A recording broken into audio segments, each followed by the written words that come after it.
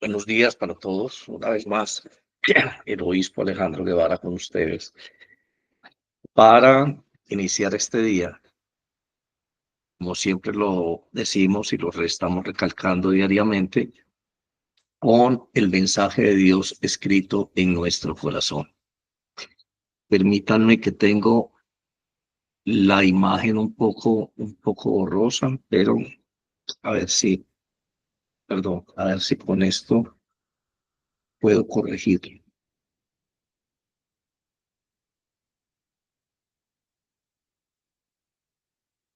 Ok, ahora sí. Estas lentes de estas cámaras a veces se ponen difíciles. Bueno, estamos hoy iniciando, como acabo de repetirles, un nuevo día. Estamos en la mitad de esta semana, ya finalizando este mes de agosto, y dispuestos una vez más al hecho de que Dios escriba en nuestro corazón un mensaje. Lo que Él quiere que nosotros tengamos hoy claro en nuestra experiencia de fe y de vida comunitaria con Él, principalmente. Hoy estamos saludando de una manera muy especial a todos nuestros hermanos en el canal de YouTube. También se está repitiendo este devocional directamente a través de Meet en nuestro canal de YouTube con traducción al idioma inglés. Dios nos está bendiciendo, estamos aprendiendo a manejar un poco estas aplicaciones. Bueno, a todos ustedes que están llegando, les invito a degustar la presencia de Dios con un mensaje arrollador. El mensaje de hoy está dirigido a todas aquellas personas que han o que están viviendo, o que han vivido, perdón, o que están viviendo momentos de depresión debido a la injusticia de las circunstancias de la vida, momentos de angustia. Han estado pasando por situaciones que todavía no saben cómo interpretar. Y quizá en su oración muy íntima le están diciendo a Dios, ¿qué hago? Ayúdame. Estoy angustiado en este día. Bueno, iniciamos entonces el devocional de hoy. Entonces le puse un título, Fuego y Fe. Hoy está este mensaje dirigido a todas aquellas personas que están bajo fuego, de cualquier parte donde esté llegando el fuego, y esa necesidad de fe, esa porción de fe que se hace necesaria para resistir este fuego que viene muchas veces con la intención o con el propósito de acabar con nuestras ilusiones, con nuestras vidas, con nuestras metas, con nuestros sentimientos más nobles, con nuestra humanidad en general. Iniciamos entonces en el nombre del Padre, del Hijo y del Espíritu Santo. Amén. Saludo a quienes están conmigo en Meet en este instante. No estoy en pantalla, estoy en pantalla. Está llegando algunas personas. Les pido que ingresen con el micrófono en silencio y continuamos. Leamos el Salmo 42 en el versículo 5, que dice: ¿Por qué te abates, oh alma mía? ¿Y por qué te turbas dentro de mí? Espera en Dios, pues he de alabarle otra vez por la salvación de su presencia. Bueno, es una buena pregunta, ¿no? ¿Por qué te abates, oh alma mía?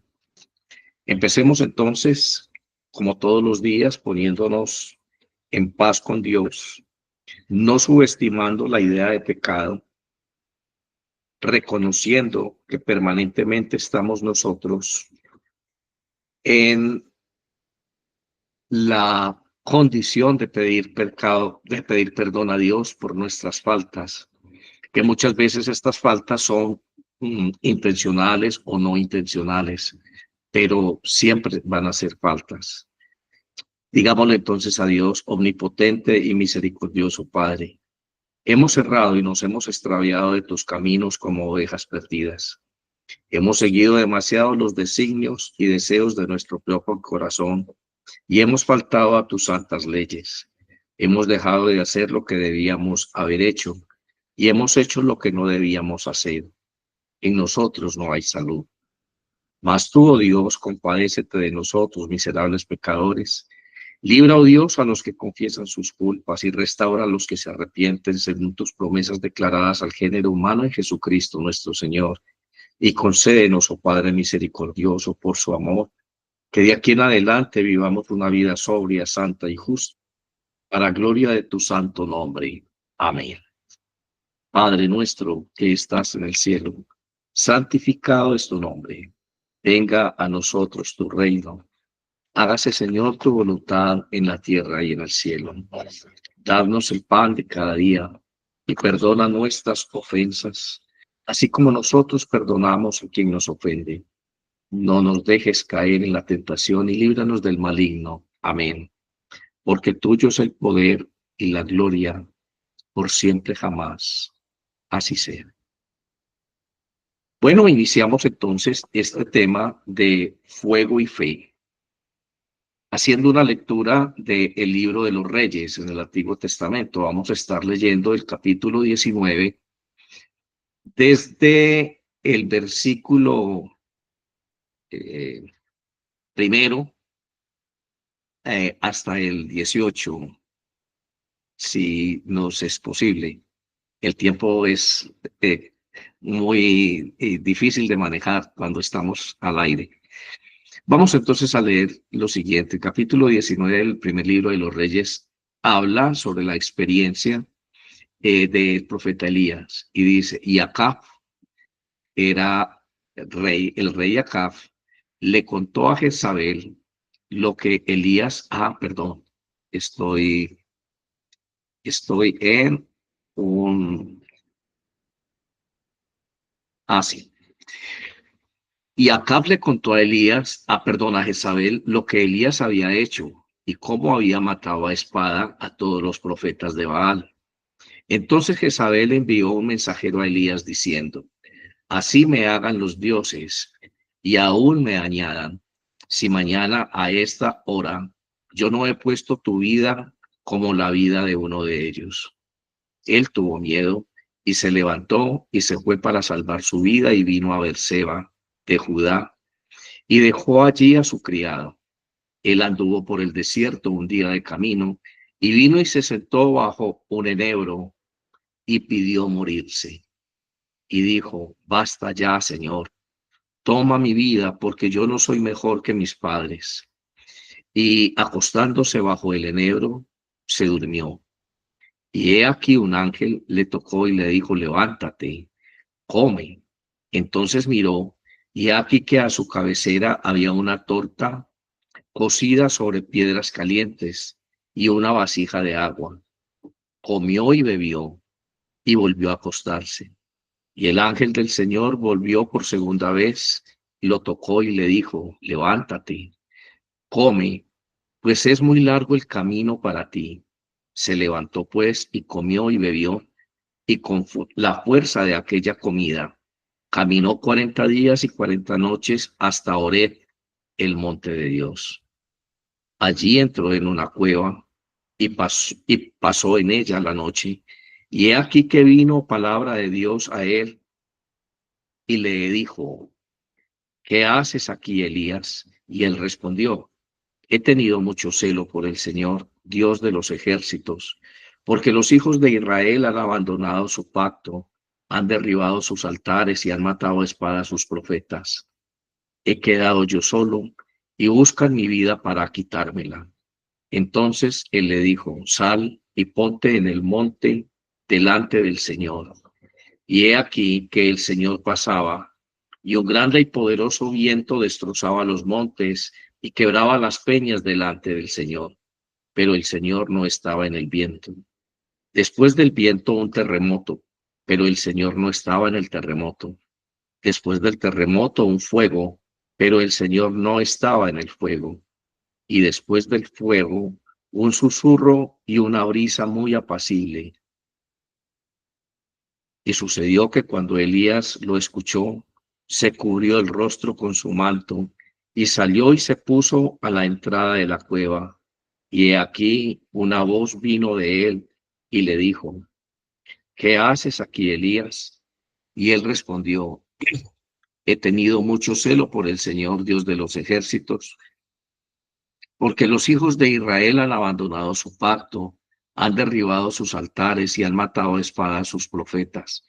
He quedado yo solo y buscan mi vida para quitármela. Y el Señor dijo: Ve, regresa por tu camino al desierto de Damasco, y cuando hayas llegado, ungirás a Hazael por rey sobre Aram, y a Jehú, hijo de Nimsi, ungirás por rey de Israel, y a Eliseo, hijo de Safat, de Abel Meolá, ungirás como profeta en tu lugar. Y sucederá que al que escape de la espada de Hazael, Jehú lo matará, y al que escape de la espada de Jehú, Eliseo lo matará. Pero dejaré 7,000 en Israel, todas las rodillas que no se han doblado ante Baal, y toda boca que no lo ha besado. Ok. Tenemos esta lectura donde vamos a hacer una remembranza de lo que fue el ministerio de el profeta Elías. Vamos rápidamente a tocar algunos puntos importantes sobre su vida y su ministerio. Bueno, el Antiguo Testamento cuenta su historia, lo acabamos de leer ya en el primer libro de los Reyes y continúa la historia de Elías también siendo narrada en el segundo libro de los Reyes. El Señor es mi Dios. Así es el significado, este es el significado del nombre del profeta Elías. Elías existió en el siglo antes del ministerio de Cristo. Quiere decir que hasta nuestros días, hasta nuestra época, hay aproximadamente unos 3,000 años. Estamos hablando de una persona muy antigua, 3,000 años atrás, desde los días de hoy, y en 9 siglos antes del ministerio de Cristo. Bueno, la vida de Elías se centra en la defensa del monoteísmo. Vivía en un mundo donde las naciones vecinas tenían multitud de dioses y formas de rendir culto a sus dioses, entre ellas la mujer llamada Jezabel, que tomó el rey Acab, rey del norte, como su esposa. Era una mujer que venía de la idolatría, no formaba parte del pueblo de Israel, y entonces ella trae sus costumbres de adoración, sus dioses, y cambia, derriba todos los altares del Señor que había en Israel y los cambia por altares para rendir culto a Baal, dios cananeo. Este Baal es mencionado como un dios cananeo. Eh, Habría mucho que hablar acerca de el baalismo, pero quedémonos hasta aquí por causa del tiempo. El ministerio de Elías entonces estuvo enmarcado en el anuncio de la sequía.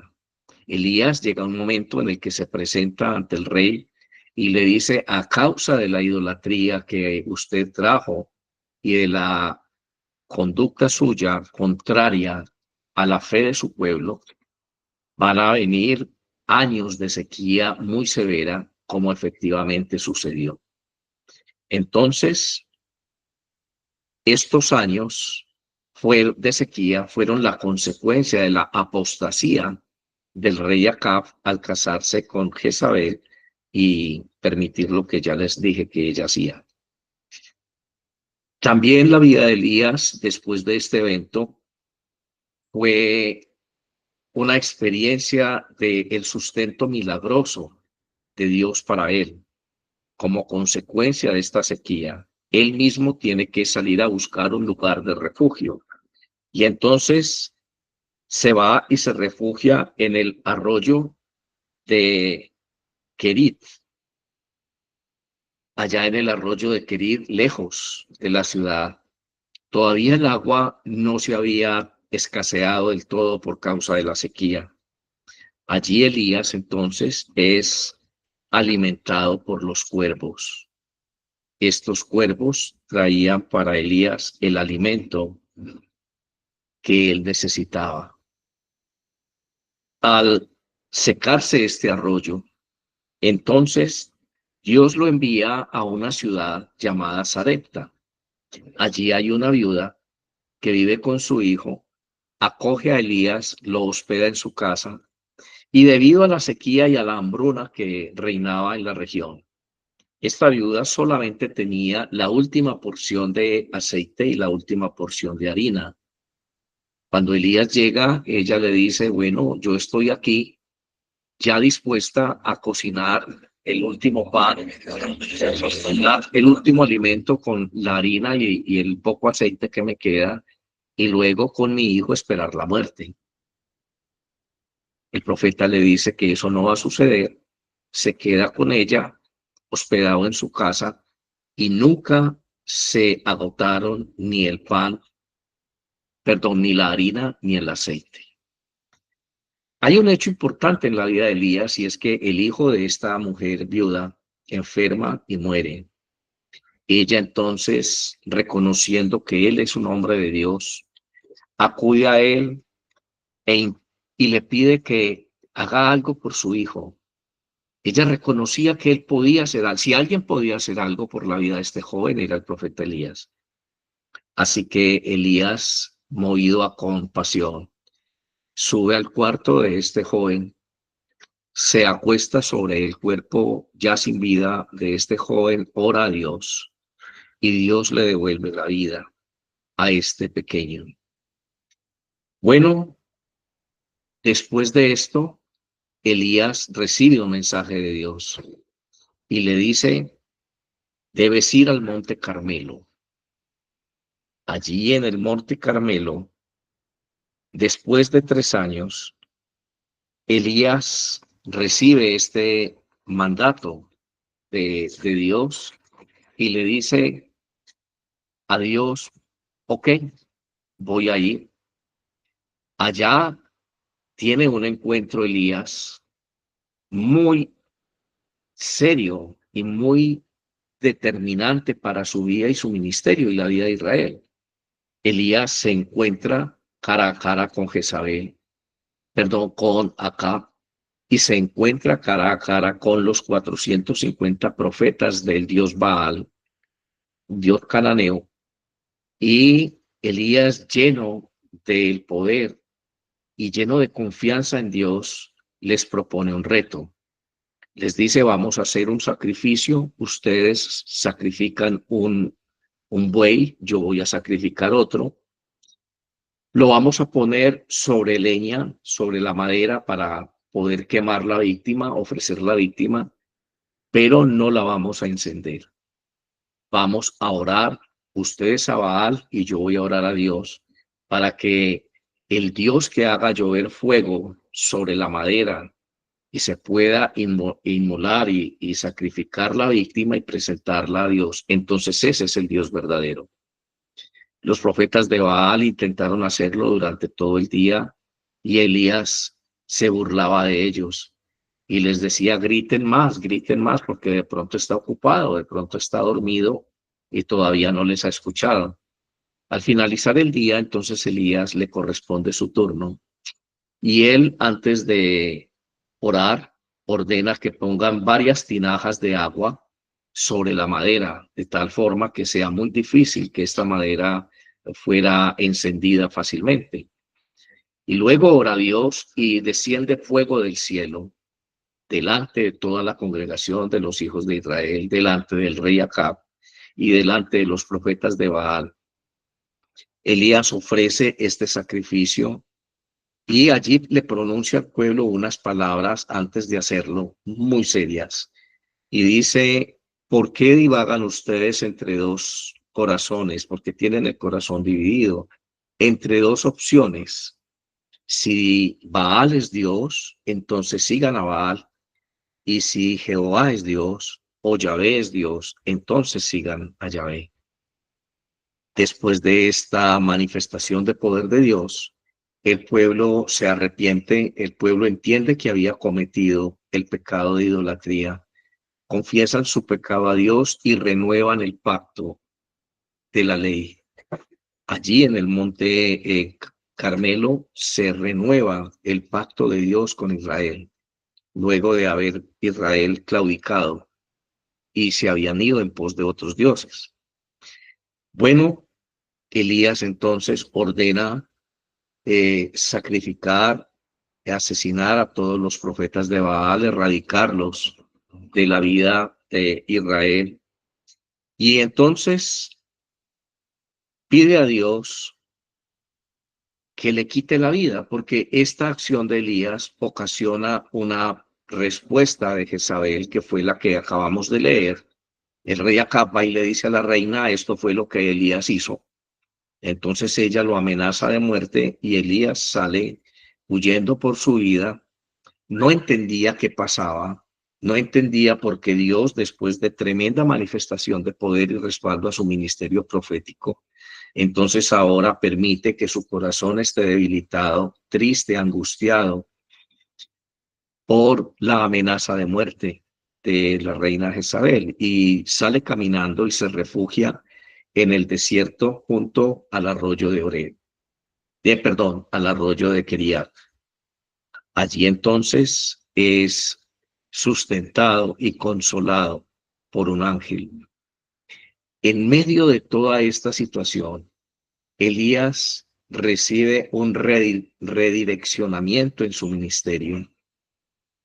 En medio de su depresión, en la cual le decía a Dios, por favor, quítame la vida, porque yo no soy mejor que mis ancestros, que mis mayores.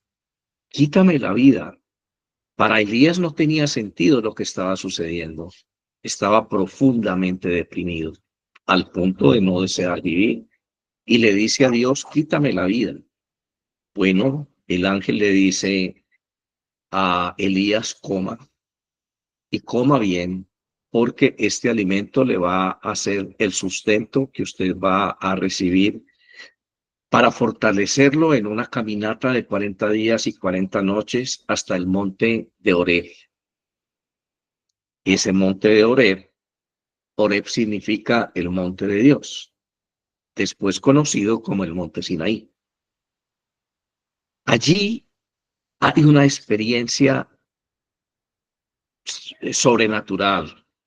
Elías está refugiado en una cueva y nuevamente Dios le pregunta, ¿qué haces aquí, Elías? Y él vuelve y le responde, así como le respondió al ángel, tuve mucho celo por Dios, porque el pueblo rompió el pacto, rompió la alianza y mataron a todos los profetas de Dios y solamente yo quedé con vida y por eso me están buscando para quitármela.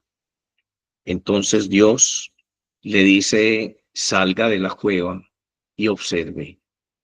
Entonces Elías observa un viento fuerte de tal manera que se quebraban las rocas y se estremecían las montañas. Y luego viene un terremoto, pero ni en el viento ni en el terremoto estaba Dios. Luego está la experiencia más sublime que pudo haber escuchado, que pudo haber vivido Elías. También vio un fuego, pero tampoco estaba Dios en el fuego. Y finalmente escucha un sonido apacible, un silbido apacible. Y entonces Dios le dice a Elías,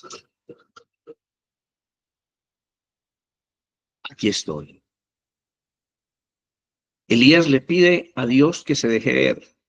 Dios le dice, no es posible. Pero si haces un esfuerzo, vas a ver simplemente cuando me alejo. Y Elías alcanza a ver la silueta en la parte de atrás de una figura humana que se aleja en medio del fuego. Dios entonces, a partir de ese momento, lo lleva a vivir una experiencia nueva nuevamente le da instrucción. Permítanme un segundo que se me está agotando la batería. Ya regreso con ustedes. Un segundo, por favor.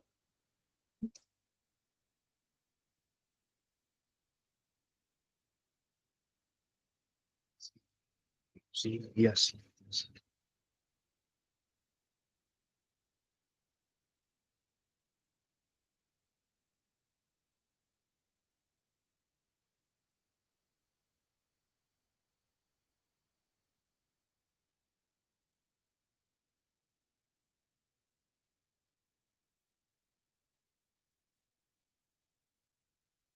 Ok, discúlpenme, por favor, este momento, este lapsus de memoria mía que se me olvidó conectar la batería del computador. Bueno, después de esto, Elías recibe la instrucción de ungir un nuevo rey para Israel, así como lo escucharon en la lectura que hicimos. Y, y una vez terminada y concluido su ministerio, tiene la última experiencia sobrenatural, y es que un carro de fuego eh, lo arrebata y se lo lleva al cielo. Eliseo, el profeta que fue ungido por orden de Dios, tal como lo leímos, para suceder a Elías, recoge el manto de Elías y continúa su ministerio profético. Elías entonces se convirtió en la figura central para las tres tradiciones religiosas más importantes del Oriente: para el judaísmo, para el cristianismo y para el islam. Elías entonces es reconocido en las tres tradiciones por tener una fe inquebrantable, por su valentía y su coraje, su temperamento, y por el celo por Dios, por esa defensa acérrima de la idea de que solamente hay un Dios, solamente hay un creador, solamente hay un Dios de poder, un Dios creador y un Dios de la vida. Se considera entonces el precursor de Juan Bautista en la tradición cristiana. Recuerden ustedes que en el Evangelio se habla y se dice que Juan es la reencarnación de Elías. Le preguntan a Jesús y Jesús dice: Elías ya vino y ustedes no se dieron cuenta, haciendo referencia al carácter del profeta de Juan Bautista, y comparándolo con el carácter profético de Elías. Cuando estaba crucificado, algunas personas le gritaban a Jesús: si usted es el profeta Elías, si usted realmente es la reencarnación de Elías, baje de esa cruz y defiéndase usted mismo. Vamos a hacer una reflexión y una aplicación práctica a nuestra vida. Elías viajó de la sequía a la lluvia. Recuerden que él fue donde el rey, predijo la sequía abrumadora, y luego él mismo tuvo que ir huyendo hasta este arroyo, ser allí fortalecido y alimentado por los cuervos, y luego recibe la instrucción de Dios de regresar y encontrarse con este rey y con los profetas de Baal. Allí los desafía, muestra el poder de Dios, consigue que el pueblo se arrepienta, que el pueblo reconozca que Dios es Dios y renueve la alianza que habían quebrantado. Y después de esto, Elías ora, se me había pasado este detalle, y regresa la lluvia, y regresa de nuevo la paz y la bonanza sobre aquella tierra. Sin embargo, es amenazado de muerte y luego sale corriendo. Elías es reconocido entonces como, lo dije al principio, como el profeta del fuego y de la fe. Lo que acabamos de mencionar hace referencia a la fe y al carácter de Elías y su relación con Dios. Pero el fuego está presente en la vida de Elías, no solamente en los hechos del Monte Carmelo, cuando Dios responde con fuego a su oración, sino también en su propia naturaleza, en su carácter. La causa de su depresión era la decepción, el no poder comprender por qué razón Dios le envía a vencer a su enemigo más poderoso, pero luego lo pone en una posición vulnerable porque quieren acabar con su vida. Entonces esto lo deprime. Y la causa de su depresión es el profundo amor por Dios, ese carácter inquebrantable de defender a Dios, la causa de Dios. Era un hombre obstinado, era un hombre decidido, era un hombre de carácter fuerte. Y precisamente encuentra su punto de quiebre cuando después de esa gran manifestación de poder no encuentra una explicación lógica. Bueno, el fuego también está presente en la vida de Elías cuando es arrebatado en un carro de fuego y es llevado al cielo. La fe de Elías es una fe que a pesar de haber huido al desierto en su desesperación, esta fe continúa siendo el motor de su ministerio. Allí, después de haberle pedido a Dios que acabara con su vida, después de estar profundamente deprimido, Dios nuevamente le da una instrucción, le dice nada más y nada menos, regrese y enfréntese con ellos. Y él confía en Dios. Él dice, voy a continuar haciendo lo que Dios quiere en mi vida, en la vida del pueblo. Así que la fe es el motor del ministerio de Elías. La fe produjo en él un nivel de confianza nunca antes visto. Dios le permitió, como ya dije, desafiar a Jezabel y a los profetas de Baal.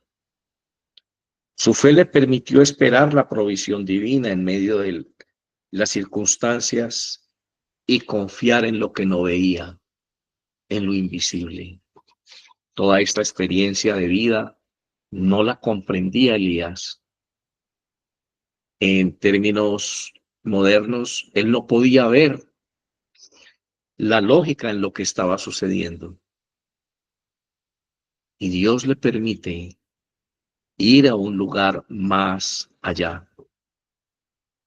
Ya entonces Elías del Monte Carmelo, que significa, como ya les dije a usted, perdón, del Monte Carmelo va al Monte Horeb, que significa el monte de Dios. Pero ¿qué significado tiene entonces el Monte Carmelo? El Monte Carmelo entonces es el lugar de la confrontación espiritual. Es allí donde el profeta confronta la fe del pueblo. Les dice, si tienen a Baal por Dios, síganlo. O si es Yahvé vuestro Dios, síganlo a él. Es el punto de decisión donde el pueblo debe tomar una decisión que afortunadamente deriva en renovar la alianza con Dios. Y es el lugar donde Dios demuestra su poder, respondiendo con fuego a la oración de Elías. Y es el símbolo de la belleza. En otras partes de la escritura, el Monte Carmelo se reconoce como un lugar hermoso, como una tierra fértil. Y también se reconoce como el lugar del juicio, como acabo de decirlo. El profeta Amós, capítulo 1, versículo 2, y el profeta Nahum, capítulo 1, versículo 4, hablan al respecto. De allí, de este Monte Carmelo, del lugar del juicio y de la demostración de poder de Dios, del lugar de la restauración, él pasa al monte Horeb, que es el monte de Dios. Entonces, su depresión tiene una respuesta, el consuelo y el sustento divino. Un nuevo ministerio y una nueva vida inician para el profeta allí en la experiencia del monte Horeb. Y la aplicación práctica para nosotros en esta mañana, hermanos, es ¿cuántos de nosotros estamos viviendo una experiencia de depresión? ¿Cuántos hemos sentido que hemos servido a Dios, pero que aparentemente las fuerzas en contra nuestra, todos los Baales, digámosle así, a quienes siguen la idolatría como una práctica, están en contra de nosotros, se nos oponen? ¿Cuántos enemigos te has granjeado por obrar justamente? Bueno, esto te ha llevado incluso a no querer existir. Ha puesto tu diálogo con Dios en esos términos. No comprendo nada. Te he servido, he sido fiel y estoy viviendo un momento, una circunstancia en la que inclusive mi integridad, mi vida está siendo amenazada. Estaba en la más absoluta pobreza, recuerden que él mismo había sido usado por Dios para profetizar la sequía. Él mismo era víctima de esta circunstancia adversa en la región por causa de la idolatría. Y hay una idea en nosotros, hermanos, que Satanás ha puesto en nuestra mente, y es pensar que porque hemos sido fieles a Dios, estamos excluidos de las consecuencias generales de la humanidad a la que pertenecemos por haber practicado la idolatría, por haberse apartado de Dios, por haber puesto su fe y su esperanza en dioses ajenos. No tenía sentido para Elías y eso precisamente lo llevó a su depresión. Porque a mí, Señor, ¿no te ha pasado que muchas veces has tenido que decirle a Dios lo mismo? ¿Por qué a mí, Señor? ¿Por qué en medio de esto? ¿Por qué si yo he sido fiel? ¿Por qué si yo mismo me examino y entre más me examino, con dificultad encuentro que te he traicionado? Sin embargo, aquí estoy, perseguido, huyendo yo mismo de esa sequía que tú profetizaste. Porque si yo siempre permanecí fiel, porque tengo que ser parte de ese castigo riguroso de la sequía. Dios tuvo que enseñarle en aquella experiencia en la casa de la viuda de Serapta, que Él siempre va a estar allí. Hay una gran diferencia cuando somos fieles a Dios y estamos sufriendo y viviendo momentos difíciles de manera colectiva.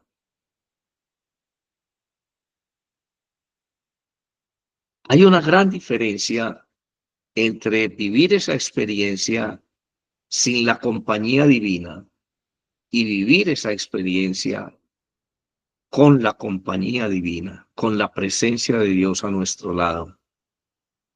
Dios nunca se separó de Elías, siempre estuvo con él, dispuesto a escucharlo en una manifestación de poder inusual en el Antiguo. Es el primer profeta que Dios utiliza para resucitar a quien ya falleció. La resurrección de una vida por la intercesión del profeta. Nadie como Elías tenía esa conexión con Dios, ni la tuvo nunca, hasta los días de Jesús. Elías tuvo el honor en la experiencia de Cristo en el monte de la transfiguración. Recuerden que Jesús se transfiguró y junto con él aparecieron Elías y Moisés.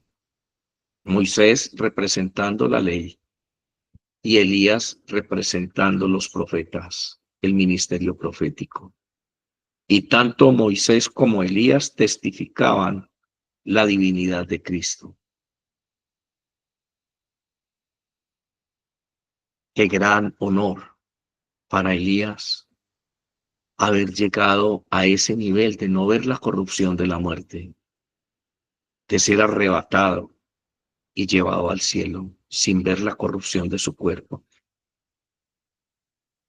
Era realmente un hombre excepcional, un hombre como nunca más existió en Israel. Hoy queremos nosotros decirle al Señor: oh Dios, envíanos unos Elías en estos tiempos de oscuridad. Necesitamos profetas que se levanten sin temor a denunciar la idolatría en los gobernantes, a denunciar lo malo, dañino y destructivo de sus alianzas. En el caso del rey Acab, la alianza matrimonial con una mujer que no tenía temor de Dios, ni pertenecía al pueblo de Dios. Pero ¿cuáles son las alianzas que hoy hacen los gobernantes? ¿Quién las denuncia? ¿Quién denuncia que Colombia fue consagrado a Satanás por 5 brujos traídos de las Antillas caribeñas, alojados por cuenta del Estado en Cartagena, y allí hicieron toda una manifestación y alarde de poder satánico? Y desde allí Colombia inició su retroceso. Fue entregado Colombia en manos indebidas y hoy estamos pagando ciertas consecuencias de estas acciones en ese mismo hilo de pensamiento. Latinoamérica ha vivido ese proceso. ¿Quién denuncia esto? ¿Dónde estaba la iglesia de Cristo, los profetas contemporáneos, llenos de celo, al punto de ser deprimidos por causa del amor y del celo por Dios? ¿Dónde está la iglesia que denuncia la idolatría? Ayer recibí un mensaje en el que un sacerdote romano venezolano habla acerca del pecado de Venezuela y decía que el pecado de Venezuela consistió en haber comparado a Hugo Chávez con Dios. Incluso hicieron una versión del Padre Nuestro adaptada a Chávez y se confesó públicamente que él era Dios, que él era el Salvador de ese pueblo. La consecuencia la vive Venezuela. Este sacerdote, gracias a Dios, tiene el valor de denunciar proféticamente el pecado de ese país y decir públicamente esta sentencia: hasta tanto Venezuela no reconozca y pida perdón por ese pecado de idolatría, no se va a restaurar. Y yo retuiteé y publiqué ayer en mi página de Facebook ese mensaje de este sacerdote.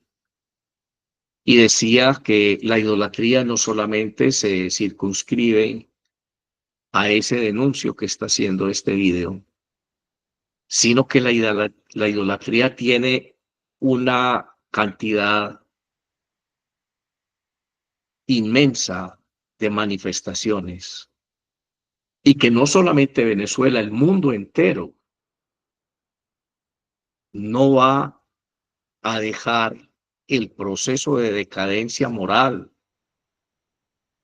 y ética en la que se encuentra la crisis mundial, que se trata de remediar a través de ideologías satánicas como el nuevo orden mundial y otro tipo de cosas, que han dado lugar a logias como la masonería, como los Illuminati y otro tipo de logias de élite que manejan los hilos y los destinos del mundo.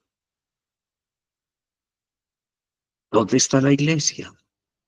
¿Dónde están los profetas? Que aún en medio de su depresión reciben el auxilio, el alimento de Dios, la provisión de Dios en una pequeña medida, pero suficiente para continuar con su ministerio. ¿Dónde están los profetas de este tiempo? Como cristianos nosotros estamos llamados a tener una vida profética. Cada hijo de Dios debe ser un instrumento de evangelización. Cada hijo de Dios, como parte de la iglesia, está llamado a predicar las buenas nuevas del evangelio en su entorno. ¿Qué está saliendo de tus labios como profeta del Dios Altísimo? ¿Cuál es el testimonio de vida del que tú te vanaglorías? Yo hablo a diario con muchas personas, líderes cristianos, y casi todos están ufanando y casi todos están haciendo alarde de los milagros, los prodigios, pero sobre todo de las cosas que Dios ha hecho en sus vidas, de las manifestaciones de poder y apoyo divino en sus vidas. Pero muy pocas veces escucho yo que el testimonio más grande de vida de uno de estos cristianos sea poder decir: he tenido la gloria, he tenido el honor de predicar el evangelio de la luz a muchas personas y puedo contar ciertamente delante de Dios que al menos 10, 15, 20, 25 de estas personas, no sé cuántas, han sido redimidas por la acción del Espíritu. Tengo hijos espirituales. Nunca esa postura es el mayor orgullo de nadie. El mayor orgullo es lo que Dios ha hecho en mi vida, cómo Él me ha respaldado, cómo Él me sacó de la pobreza, cómo Dios me.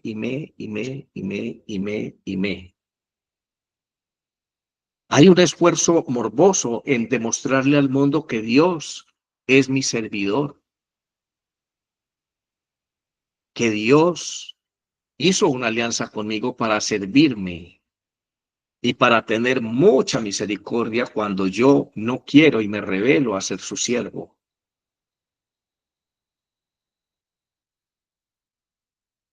¿Cómo interpretas tú esta experiencia del profeta? ¿Cómo la aplicarías tú a esa circunstancia bien difícil que estás viviendo? Y quizá como el profeta diciéndole a Dios: he sido fiel contigo, ¿y por qué me pasa esto? Me he esforzado por hacer tu voluntad, ¿y por qué me pasa esto? Yo no soy igual a los demás, ¿por qué me pasa esto? Oremos, hermanos. Padre, en el nombre de Jesús, con un corazón humilde y arrepentido de nuestra idolatría, te pedimos que saques a Baal de nuestro corazón. Te pedimos que actualices para nosotros aquella pregunta que Elías hizo al pueblo en aquel momento en el monte. Si Satanás es mi Dios, si la idolatría es mi práctica, entonces que sea para él mi servicio. Pero si eres tú, Señor, entonces que sea para ti mi servicio. Aún en medio de lo que no entiendo, aún en medio de tener que sufrir por igual las consecuencias de la idolatría de mis hermanos, de los seres humanos que están a mi alrededor,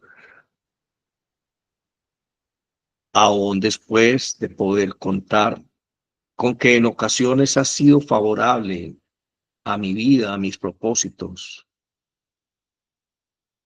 y aún así me encuentro en situación deprimente, desorientado. Ayúdame, Señor, a encontrar el camino hacia el monte Oreb para poder vivir allí esa experiencia de poder mirar no tu rostro, pero al menos ser testigo de tu figura, de ese silbo apacible, de esa paz que solamente tú puedes dar. Padre Santo,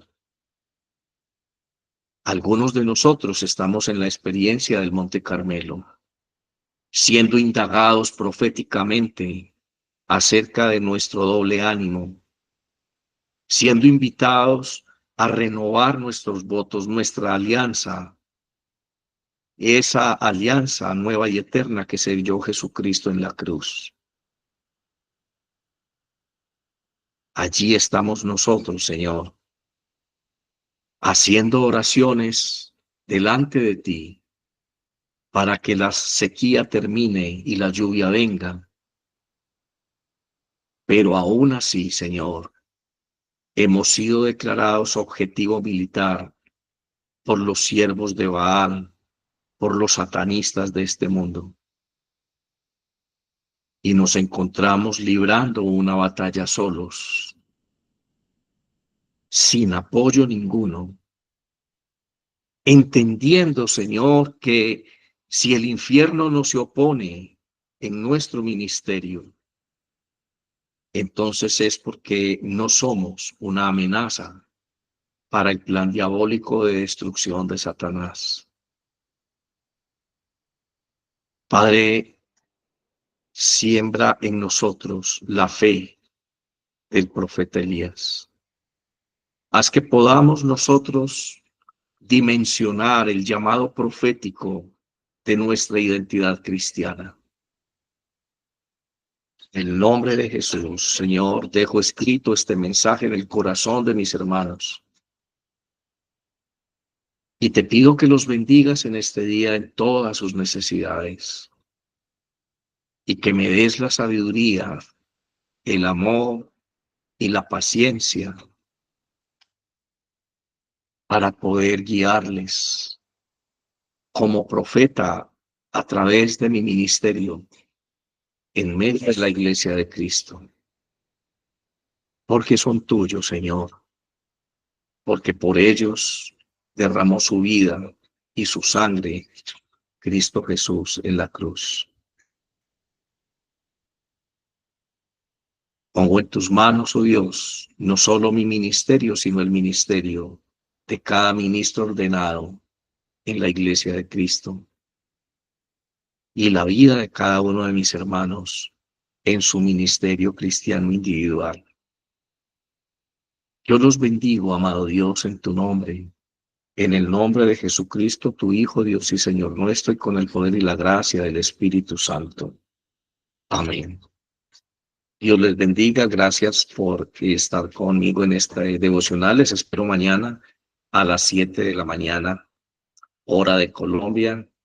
Saludos a quienes pudieron mirar esta locución en vivo a través de YouTube invitados todos a continuar haciéndolo cada día, y también a todos mis amigos y seguidores en la red social de TikTok, a mis hermanos entrañables del grupo de oración que todos los días me acompañan.